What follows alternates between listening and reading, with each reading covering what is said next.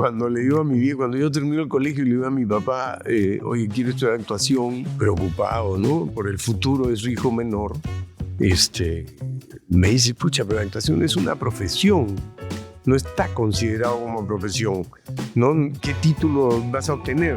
Mejor estudia una profesión, no dejes de actuar, pero estudia una profesión. Y claro, yo lo viví como que me había dicho, deja de actuar y estudia una profesión.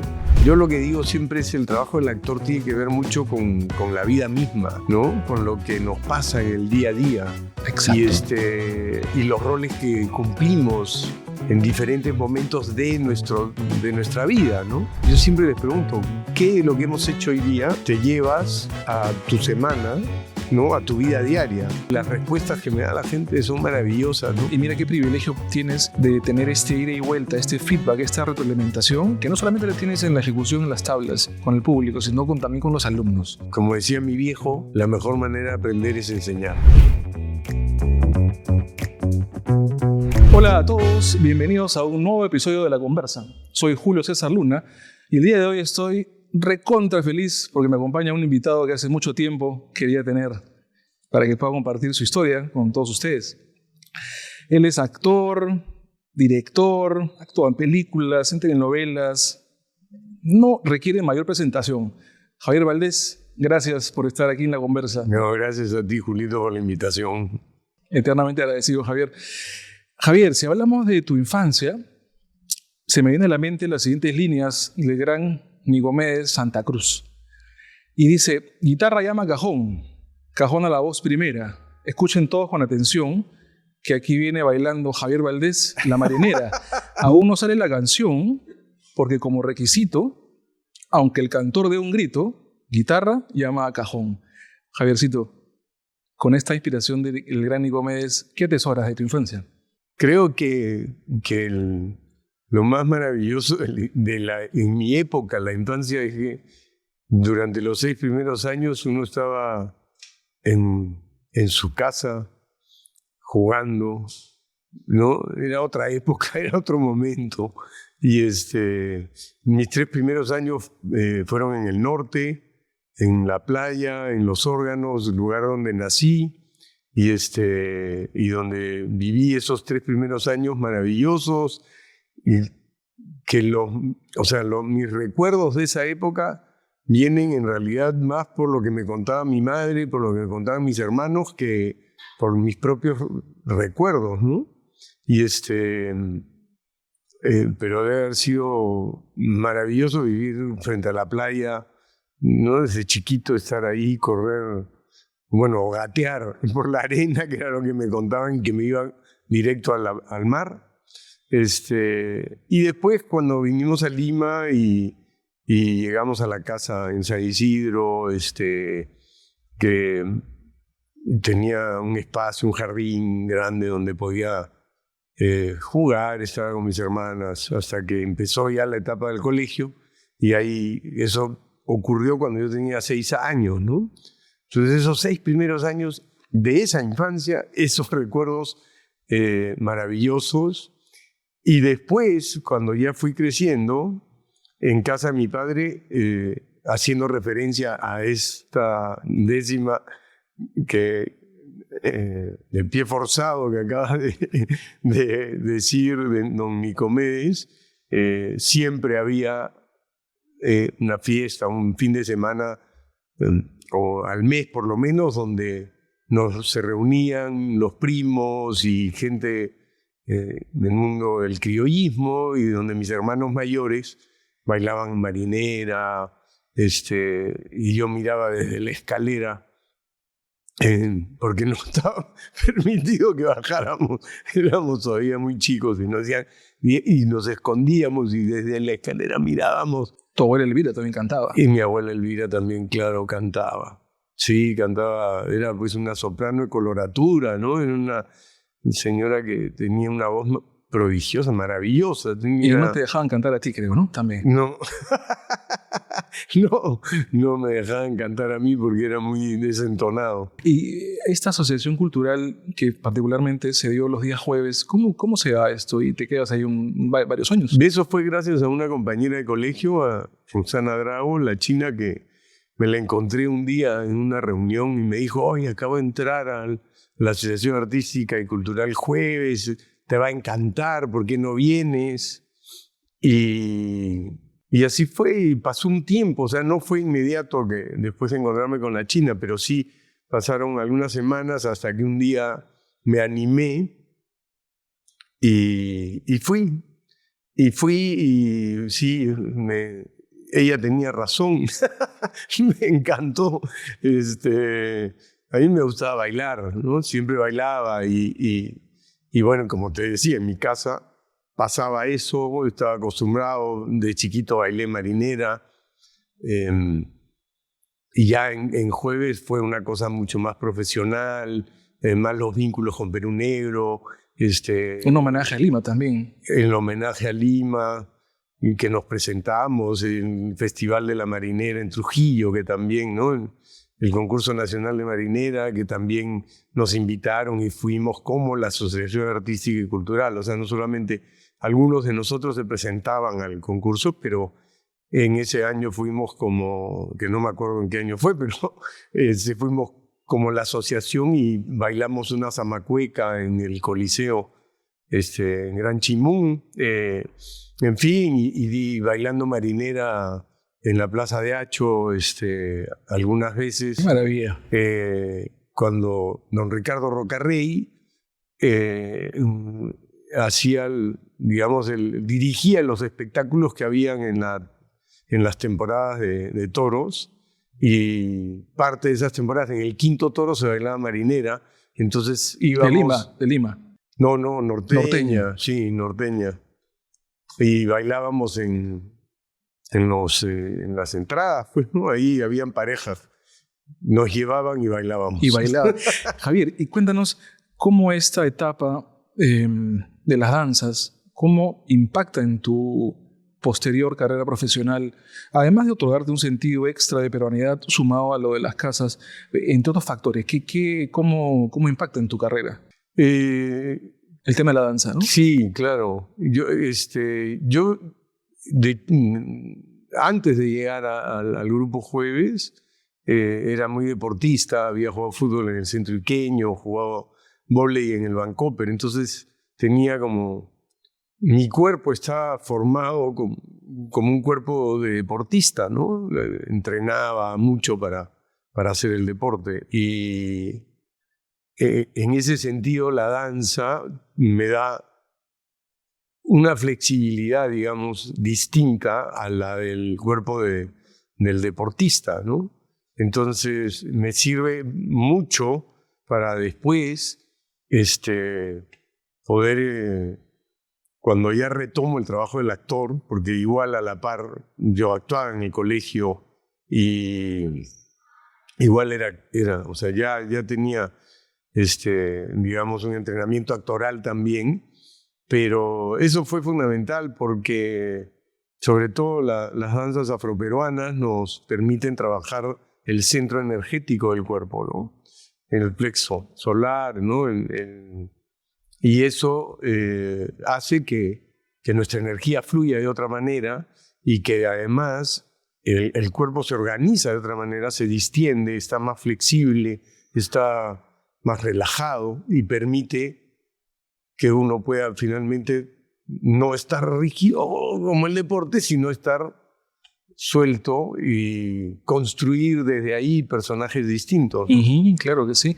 Cuando hablas del colegio, han habido dos etapas marcadas. Una etapa en primaria en el Liceo Naval y después una etapa secundaria en el Colegio Santa Margarita. Sí. ¿Cómo describes estas etapas y qué cosas descubres en cada una? O sea, en la primaria, que fue toda esta época del Liceo Naval, en ese entonces el liceo estaba en la Avenida Venezuela frente al Hospital Naval, y era un colegio extraordinario, pues era enorme, ¿no? Era muy grande, colindaba con el Parque de las Leyendas y con los restos arqueológicos que tenemos ahí, ¿no? Y ya habían actuaciones ahí en ese colegio. ¿Participabas? Sí, participaba, pero como cualquier niño, todos participábamos, cantábamos, y hacíamos cosas, pero ahí ya tengo el recuerdo de haber salido a bailar marinera, ¿no? Y alguna vez en algún espectáculo. Pero era interesante, era un colegio que de la Marina y que estaba dirigido por una congregación de curas y monjas canadienses al principio. Ya con la revolución eso cambia, cuando entra Velasco, le dicen gracias a los curas y a las monjas y entra ya gente laica, ¿no? Y ahí cambia un poco todo, por eso creo que es también que mi viejo decide cambiarme de colegio y paso al Santa Margarita. Y lo maravilloso de Santa Margarita, que el dueño de este colegio, el doctor Descalzi, Guillermo Descalzi, que en paz descansa, era filósofo. Y tenía un concepto de la educación distinto a lo que más o menos se tenía en esa época. Y estaba muy enfocado a las nuevas tendencias educativas y tal, y no sé cuánto, pero había un interés de parte de él de fomentar el arte en todo aspecto. Y eso creo que no lo tenían todos los colegios, ¿no? O sea, había un club de teatro, los profesores de arte eran maestros pintores, era gente que se dedicaba a eso, ¿no? Y creo que eso le daba una visión distinta al colegio. Bueno, muchos actores, actrices, músicos, somos exalumnos del Santa Margarita. Hay mucha gente que no sabe que por ejemplo, Vanessa Saba, Alejandra Saba, su hermana, son del Santa Margarita. Gianmarco Ciñao es del Santa Margarita.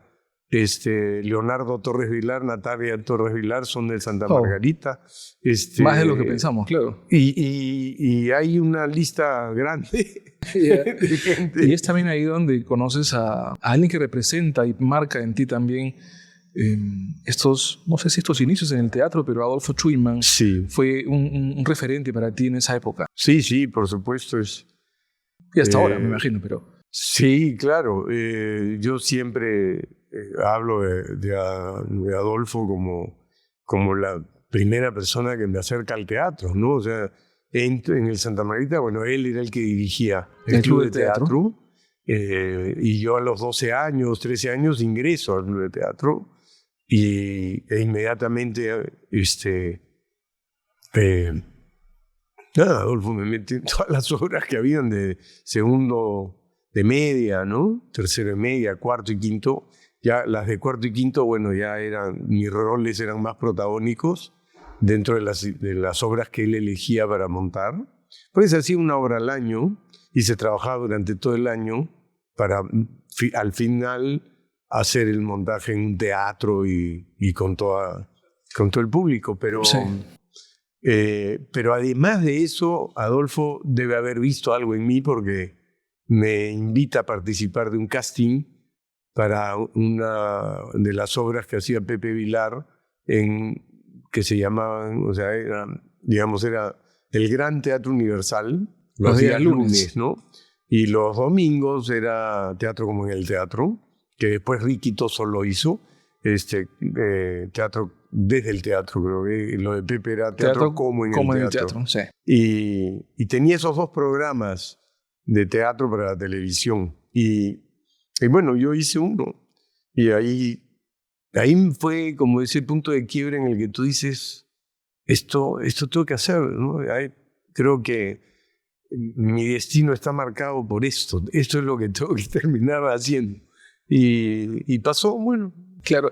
Y en una de tus entrevistas cuentas también Sales del colegio, habían varios hermanos que tenían diferentes estudios, corrientes administrativas, ¿no? Entonces, Sí. contigo se conformaba el equipo administrativo para estudiar una ingeniería industrial, por ejemplo. Sí, sí. Entras a la universidad, pero ¿qué sucede posterior? No, lo que pasa es que cuando le digo a mi viejo, cuando yo termino el colegio y le digo a mi papá, oye, quiero estudiar actuación, él preocupado, ¿no? Por el futuro de su hijo menor, me dice, pucha, pero la actuación es una profesión, no está considerado como profesión, ¿no? ¿Qué título vas a obtener? Mejor estudia una profesión, no dejes de actuar, pero estudia una profesión. Y claro, yo lo viví como que me había dicho, deja de actuar y estudia una profesión. Y además en ese momento no sabía qué podía estudiar. Entonces mi viejo me dice, no, tu hermano mayor es administrador, el tercero economista, la segunda estaba casada con un ingeniero pesquero, la cuarta estaba casada con un ingeniero de sistemas, ingeniería industrial, para completar todo. Lo que ¿no? llevaba. Para completar todo el tema de la empresa. Entonces digo, no sabía que era ingeniería industrial, no tenía ni idea. Y postulé a la de Lima para estudiar ingeniería industrial, lo que pasa es que no ingresé a ingeniería industrial, porque ahí el puntaje creo que se necesitaba un mayor puntaje. Sí.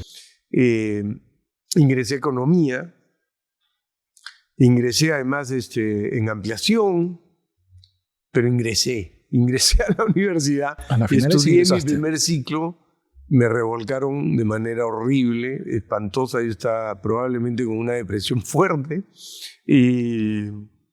y de ahí, en el segundo ciclo me pasé a administración y en el tercero me pasé a ciencias de la comunicación. Y finalmente termino de estudiar mis estudios generales y hice mi primer ciclo de facultad. Sí.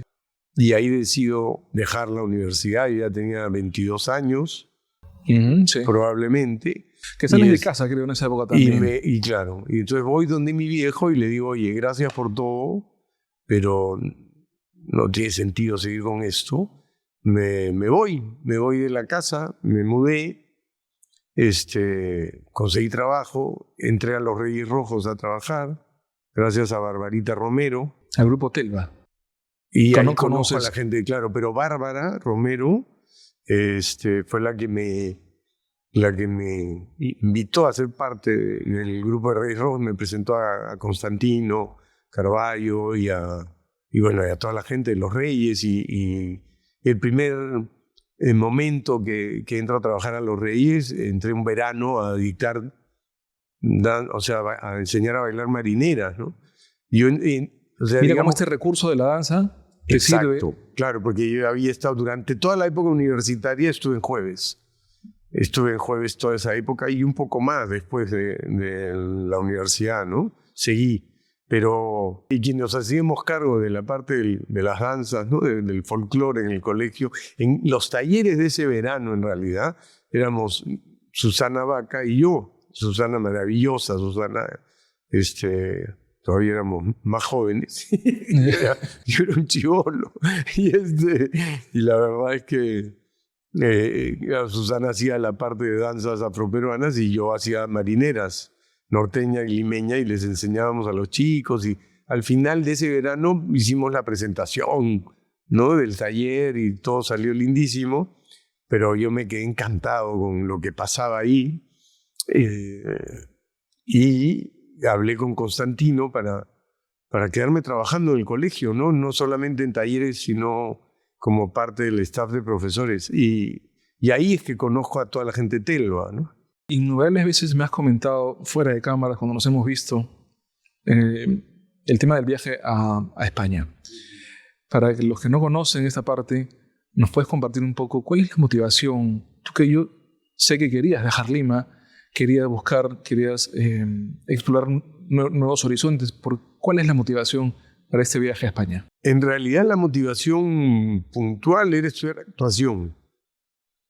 Yo sentía como que acá había tenido esta oportunidad de retomar el trabajo del actor con Telva, y que había conformado en ese momento, se había formado por iniciativa de Gustavo Bueno y de Jaime Lertora, que eran integrantes del grupo, mayores, decían, no, los mayores estamos creciendo, necesitamos formar gente joven, ¿no?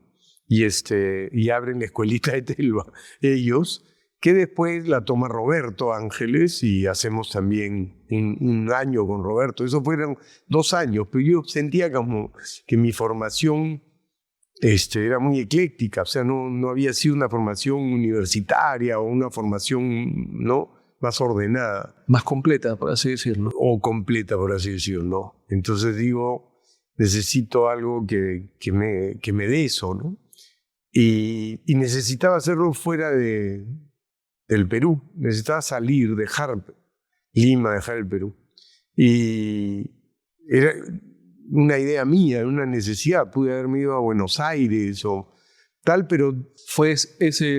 como tú dices, el tren que elegiste. Sí, el tren que elegí, el destino me llevó allá. Me fui a Madrid con la intención de entrar a la Real Escuela de la Danza y del Arte Dramático. Justamente cuando yo voy, quien está ahí en esa escuela es Elena Romero. Ella estudiaba en esa escuela. Y cuando llegué y me presenté, busqué la escuela y me presenté con la intención de empezar a estudiar ahí. Ya había empezado el curso y me dijeron que tenía que esperar 1 año. Y era una cosa muy engorrosa postular a la escuela. Era algo medio complicado. Yo me fui además habiendo ingresado a la Universidad Complutense de Madrid. Había dado un examen acá en la embajada para postular a la Complutense y había ingresado. Entonces tenía el ingreso a la Complutense, pero fui, la conocí y nunca me inscribí. Y tú decides regresar justo cuando ocurre también un tema de la Comunidad Europea. Sí. ¿No? Por lo cual, aparentemente hubo un arrepentimiento, pero también es ahí donde tú conoces, en esta época, a tu querida compañera de viaje de esta vida, Patricia. Así es. Ahí la conoces en Madrid. Es verdad que eran vecinos. Sí. Es que sí, con Pati, o sea, curiosamente el destino nos tenía guardado este encuentro en Madrid, ¿no? Patricia se había ido 1 mes antes que yo para estudiar en Barcelona. Y cuando yo me voy, una amiga en común me da unas cartas para ella de su familia. Lleva esto, pero en el sobre de Manila pues decía Patricia Villalobos, Barcelona. No había dirección, no había un teléfono, no había nada. Y yo llevé el sobre y cuando me di cuenta ya estaba allá, porque el sobre me lo dieron cuando yo ya estaba por entrar a Migraciones. Y bueno, lo llevé. La cuestión es que miré y dije, no hay dirección, no hay teléfono. Y lo guardé. Y pasó como 1 mes y medio, 2 meses, en que yo ya estaba empezando a ubicarme, ¿no? Porque llegué a Alcalá de Henares, a la casa de unos amigos muy queridos, Willy y Chana, que me recibieron y me acogieron durante 2 semanas, y ahí logré mudarme a Madrid, ¿no? Al centro. Y resulta que Patricia, que había ido para estudiar en Barcelona, el curso que ella había ido a estudiar no se abrió en Barcelona y decidió volver a Madrid. Y coincidentemente, el destino quiso que nos encontráramos porque nos mudamos cada uno por su cuenta a la calle del General Pardiñas, ella en el Portal 13 y yo en el 15, o sea, es decir, edificio de al lado. Y esas cosas que ella compartía el piso con otra chica peruana que había estudiado en Santa Margarita conmigo, bastante menor que yo, pero había hecho teatro conmigo cuando ella estaba en 1º y media y yo en 5º. Entonces yo me acordaba porque habíamos hecho teatro juntos, y ahí nos encontramos y bueno... Se han pasado 37 años más o menos. 38. 38. 38 años desde aquella época, o 39 quizás, pero sí. Y hasta ahora estamos juntos y tenemos 2 hijos. Y fruto de ese amor está mi estimado Nicolás y Micaela. Y Micaela. Sí. que los dos han seguido un poquito también las artes escénicas también. Sí. Nicolás, los dos ingresaron a la Católica, Nico, y los dos además a la Facultad de Artes Escénicas, o sea, a la Facultad de Ciencias y Artes de la Comunicación, en la especialidad de Artes Escénicas, pero Nicolás se retiró, no terminó y se dedicó a ser profesor de taekwondo, a ser bombero y ahora a jugar fútbol en Once Machos. Y además, bueno, hizo el taller con Roberto, con su tío Roberto Ángeles, y ha actuado un montón de producciones también, así que también es actor. Y Micaela sí entró a lo mismo, pero ahí se dio cuenta que no había lo que ella quería, que era la dirección teatral, ¿no? Y entonces me pide ver que acá en Perú, y en realidad cuando ella empieza, no existía la carrera en ningún lugar, y todavía no existe la carrera de dirección teatral. Sí. Entonces ella ya había averiguado todo y se fue a vivir a Buenos Aires 5 años y bueno, debe ser una de las pocas directoras tituladas en el Perú. Claro, ¿no? que sí. Además que ustedes son un claro ejemplo como familia. Sin ir muy lejos, lo que nos pasó a todos en la pandemia. Esta adaptación, esta resiliencia, esta convivencia en familia, te pusiste a pensar en algún momento que ella los iba a dirigir para hacer algunas actuaciones virtuales. ¿Cómo fue? ¿Cómo toman esta experiencia? No, esa experiencia fue maravillosa. Bueno, estábamos los 4 ahí y bueno, creo que todo el mundo tratando de adaptarnos y tratando de ver qué hacíamos, ¿no? Y todos, de alguna u otra manera, o sea, Pati y yo y Nicolás dictábamos clases. Entonces, la virtualidad fue un elemento súper importante para nosotros, digamos, para tener algún ingreso, ¿no? Porque yo siempre digo, el actor está muy acostumbrado a quedarse sin trabajo, porque trabajamos por proyectos. Son muy pocos los actores que tienen un trabajo estable, ¿no? En la actuación, ¿no? Porque digamos, en la docencia sí, pueden haber un montón que están trabajando en colegios y cosas así. Pero en la actuación son poquísimos, ¿no? Que contratado por un canal, contratado por algún teatro, casi no hay. Es decir, trabajamos por proyectos. Empieza un proyecto, bacán, ahí ganas, ahí tienes ingreso, sacar el proyecto y dejaste de tener ingresos. O sea, estamos acostumbrados a quedarnos sin chamba, pero también estamos acostumbrados a generar trabajo porque tenemos que estar de un proyecto a otro, tenemos la posibilidad de estar haciendo teatro, cine, televisión, radio, o sea, digamos, o enseñando. Entonces hay un montón de posibilidades, pero permanentemente estás quedándote sin trabajo y trabajando. Pero nunca nos había pasado que nos dijeran, no vas a trabajar y no hay trabajo. Exacto. Eso no nos había pasado. Y eso era como decir, ¿cómo? No tengo la posibilidad de empezar ningún proyecto, ¿no? Tengo que pensar qué hacer. Y rápidamente creo que al toque nos adaptamos a eso, a dar clases virtuales, ¿no? Entonces, bueno, Nico con el taekwondo daba sus clases virtuales. Patricia, que trabaja con niños en terapia, lo hacía de manera virtual. Y yo también daba las clases virtuales. Me resistí mucho, pero no había otra. O sea, había que hacer algo para tener algún tipo de ingreso y eso fue lo que hicimos. Y Micaela rápidamente se asoció con unas amigas y empezaron a hacer esto del teatro virtual, ¿no? A dirigir, ella como directora. Sí. Y las amigas como actrices y otra amiga como dramaturga. Entonces se complementaron súper bien y entre 4 hicieron pausa o así le llamaron tubo ensayo, ¿no? Crearon tubo ensayo y empezaron a hacer esto. Entonces también yo me puse a hacer también esto del teatro virtual con un muchacho que hicimos La Sangre Live y comenzamos a hacer y a dirigir estas obras. Entonces ahí surge la idea y la posibilidad de trabajar los 4 juntos, Micaela dirigiendo, Patricia, Nicolás y yo actuando. ¡Qué maravilla! Y nació Papito, que fue la obra que hicimos. Sí. Pues claro, y después hay un vuelco ya a la presencialidad, y cuando hablas sobre el tema de la docencia, ese es un aspecto también interesante que tienes tú en la enseñanza desde hace mucho tiempo. ¿Cómo ves esta evolución en los talleres? Bastante bien.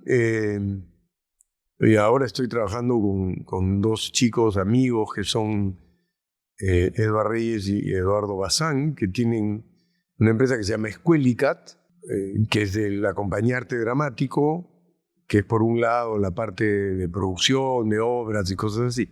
Y por otro lado, Escuelicat, que está centrada en dar talleres, ¿no? Y han encontrado un nicho muy importante. Lo nombraron esto de actuación para gente que trabaja. Y manejan las redes de una manera espectacular, maravillosa. Entonces vengo trabajando con ellos desde enero y no he parado, ¿no? O sea, cada 2 meses se abren 3, 4 grupos. Mira. De 24 alumnos cada grupo. Entonces, la verdad es que estoy muy agradecido a ellos por esto, porque por otro lado, o sea, yo siempre he dictado, pero una cosa es como que dictar y de pronto dejar de dictar, te pones a hacer otra cosa. Es algo más constante. Claro, acá permanentemente uno está pensando y pensando el trabajo del actor y tratando de llegar a gente que no tiene ni idea lo que es el trabajo del actor, y eso es chévere, ¿no? Porque te da una mirada distinta, te modifica bastante en lo que uno va haciendo y vas como entendiendo también en qué consiste. Me imagino que los públicos objetivos o las audiencias que tienen deben ser variadas. Sí. Si hablamos de los millennials, ¿cómo ves a estos alumnos en cuanto a su resistencia, perseverancia, constancia? ¿Cómo lo ves? ¿Cómo los ves? Sí, lo interesante acá es que no solo trabajo con millennials, trabajo con centennials y con todos los millennials. Y todos los millennials, sí, decennials. Porque hay gente que entra y que tiene desde 20... O sea, tengo una chica ahora, por ejemplo, de 18 años, pero también tengo una alumna de 70, de 69, entonces, como que el grupo es bien amplio, sí, ¿no? Y se llevan los aprendizajes para la vida, para el trabajo, exacto, etcétera. Porque está enfocado de esa manera, ¿no? Es un taller de actuación, sí, pero que nos enfoca un poco para adquirir habilidades blandas, para... Yo lo que digo siempre es el trabajo del actor tiene que ver mucho con la vida misma, ¿no? Con lo que nos pasa en el día a día. Exacto. Y los roles que cumplimos en diferentes momentos de nuestra vida, ¿no? Eso hace que a uno, digamos, que lo que aprendes con el trabajo del actor no es solamente para actuar, no solamente para actuar en el teatro. O sea, bacán, si tus intereses son ser actor, es un punto de partida para ello, de ahí hay que perfeccionar y hay que trabajar otras cosas más. Pero si tu objetivo es entrar a tener esta experiencia para adquirir habilidades blandas, para mejorar como persona y como profesional... Bienvenido la preparación, sí, la experiencia. ¿no? La experiencia que se tiene es bien grande y mucha gente sale de verdad muy contenta. Algunos continúan trabajando conmigo, creciendo en otros aspectos, y otros me dicen muchísimas gracias. Ahora, yo siempre les pregunto, ¿qué de lo que hemos hecho hoy día te llevas a tu semana, ¿no? A tu vida diaria, a lo que haces en tu trabajo, en tu casa? Y muchas cosas contrastan. No, y las respuestas que me da la gente son maravillosas, ¿no? O sea, pucha, sí, y me hiciste entender tal cosa y eso lo estoy aplicando en el trabajo y mi relación con mis empleados ha cambiado. Qué bueno, digo yo, o sea, ya... Claro, pero mira qué privilegio. Arena. Es un súper grano de arena y mira qué privilegio tienes de tener este ida y vuelta, este feedback, esta retroalimentación, que no solamente la tienes en la ejecución, en las tablas, con el público, sino también con los alumnos. Sí, eso es un privilegio. Sí, y yo soy muy agradecido a eso porque como decía mi viejo, la mejor manera de aprender es enseñar. Claro. Y aprendo mucho. Y si hablamos de los aspectos cotidianos de la vida, me lleva a hacerte la pregunta, ¿cómo nace Emoliente TV, Javier? Ya he visto varios episodios y es por favor, tú cuéntanos sobre Emoliente TV. Es muy divertido, de verdad, toda esta construcción que tiene. Bueno, Emoliente es un proyecto que tenía con Martín Martínez, que es mi socio desde el 2012. Venimos trabajando juntos desde ese año que nos conocimos. Y siempre con Martín hemos tenido la idea de crear cosas, de hacer cosas, ¿no? Entonces empezamos con el Fabal, con lo de la escuela, hicimos una primera promoción, nos fue súper bien y estábamos formando la segunda para formar actores, pero vino la pandemia, entonces todo se congeló un poquito. Sí. Y desde ese entonces siempre decíamos, necesitamos hacer algo, contenido para las redes, algo que impacte, algo que llame la atención, ¿no? Y llegó el momento, o sea, entre una cosa y la otra, bueno, ese tiempo de pandemia dejamos de trabajar un poco y nos retomamos después. Lo retomamos el año pasado, empezamos de nuevo a trabajar juntos. Bueno, con Martín tengo Benaver, que es esta asociación, y bueno, y viene una cosa y la otra, y le digo, bueno, ya, hagamos contenido, pero ¿qué hacemos, no? Y surge la pregunta. Entonces, además, estamos tú y yo, necesitamos a alguien que aporte cámara, ¿no? Y el trabajo de dirección y de edición de lo que queremos hacer. Y empezamos y convocamos al mono Mesía, a Carlos Mesía, que es amigo de Martín de la época universitaria, y que, bueno, yo lo he conocido y al toque hicimos buenas migas, y entre los tres empezamos a decir qué queremos hacer con esto, ¿no? Entonces, en realidad, lo que queremos es un espacio en el cual podamos expresarnos y decir cosas que yo no sé cómo decirlas, o sea, digamos que no puedo escribirlas, o sea, toda persona tiene una manera de expresarse, ¿no? Algunas escriben, otras hablan, otros actuamos, otros pintan, otros esculpen. Y Emoliente TV es un puente para hacerlo. Y Emoliente TV, más que un puente, es un canal para poder decir cosas que vemos en el día a día, ¿no? Así es como surge Emoliente. Y con estas tres personas que nos juntamos y hablábamos de nuestra situación, de los niveles de corrupción en los que hemos llegado, en los que estamos, cada vez es peor, que abres por acá, abres por allá y te encuentras con cada cosa que es terrible, del país de Pepe el Vivo, de cómo todo esto influye en nosotros, del tema del racismo. Claro, hay un trasfondo, de todas maneras, en el mensaje que dan también. Sí, permanentemente hablamos de esas cosas, ¿no? Del racismo, de que somos un país maravilloso, un país pluricultural, plurirracial, y no entendemos que en vez de estar peleándonos entre nosotros, lo que tenemos que hacer es juntarnos, unirnos y desear el bienestar para todos, no solo para algunos, sino para todos. Todos tenemos que mejorar, deberíamos preocuparnos porque en todo el Perú, el otro día leo que Noruega es un país, y todos los países de ese lado de Europa están como dedicados al bienestar de la gente, ¿no? Entonces todos sus ciudadanos, común, claro. El bienestar común, todos sus ciudadanos tienen las necesidades básicas, todos.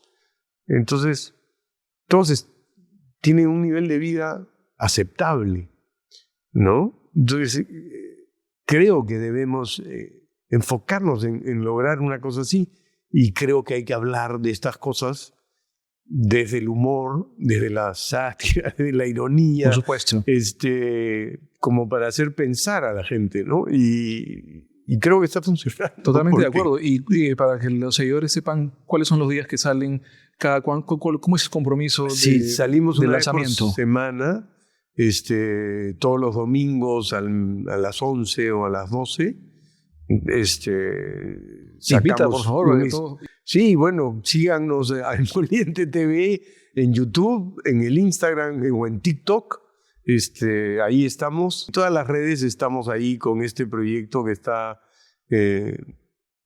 creo que con una respuesta bastante buena de la juventud, sobre todo. Hay un montón de gente joven que nos sigue. Sí. Tenemos 80 y tantos mil seguidores en el TikTok en 4 meses. Imagínate, eso tiene todavía para seguir creciendo. Para seguir creciendo. Con la ayuda de ustedes que nos infunden. Así que ahí estamos. Las felicitaciones de verdad por el trabajo extraordinario que vienes realizando Gracias. tú y el equipo en Emoliente TV. Mi estimado Javier, ¿qué planes actualmente? ¿Qué proyectos nuevos que se vengan? Pronto empiezo un nuevo proyecto, que es una nueva telenovela, el cual me ha hecho muy feliz, porque siempre trabajar en televisión es favorable para nosotros y muy agradecido a la vida por estas oportunidades que nos dan. He hecho un casting y bueno, finalmente he quedado. Pronto ya sabrán y conocerán todos tus seguidores de qué proyecto estamos hablando. Eso y estar con lo de Emoliente, con lo de la novela y con las clases que dicto, ya no tengo más tiempo para hacer más cosas. Por ahora el teatro, tengo proyectos para hacer teatro, pero a mediano plazo, digamos, ¿no? Para el próximo año y para el subsiguiente tengo un par de proyectos que espero en algún momento lo conversaremos en otro momento. Claro que sí, porque es largo. Y como tú bien dices, seguir haciendo. Sí. Siempre. Eso también es algo importante a los alumnos que tengo que quieren ser actores, ¿no? Que quieren dedicarse al trabajo del actor. Es importante tomar conciencia que hay que generar, más que esperar a que te llamen, ¿no? Uno tiene que generar su propio trabajo. Tiene que generar las oportunidades, sí, ¿no? Permanentemente, ¿no? Entonces tenemos que hacer todo lo posible. Hay que actuar, dirigir, producir, escribir, que es algo que todavía me falta, pero felizmente... Es uno de los pendientes en tu lista, entonces. Sí, okay. Y que todavía falta, pues. Claro que sí.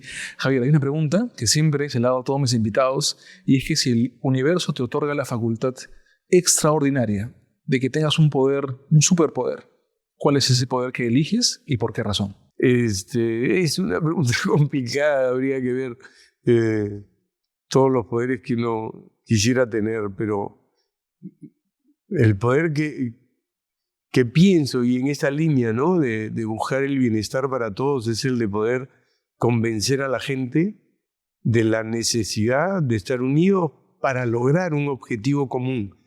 No unos cuantos, sino todos, ¿no? Tenemos un país maravilloso, tan rico en muchos aspectos, y que muchas veces, y que tú debes saber más que yo de eso, y que muchas veces no sabemos aprovechar estas oportunidades. Estamos peleándonos entre nosotros. Como dice el dicho, no hay peor enemigo de un peruano que otro peruano, que no vemos la posibilidad de levantarnos a nosotros mismos y decir y aplaudir, oye, qué bien que este muchacho triunfe, qué bien que logre tales objetivos.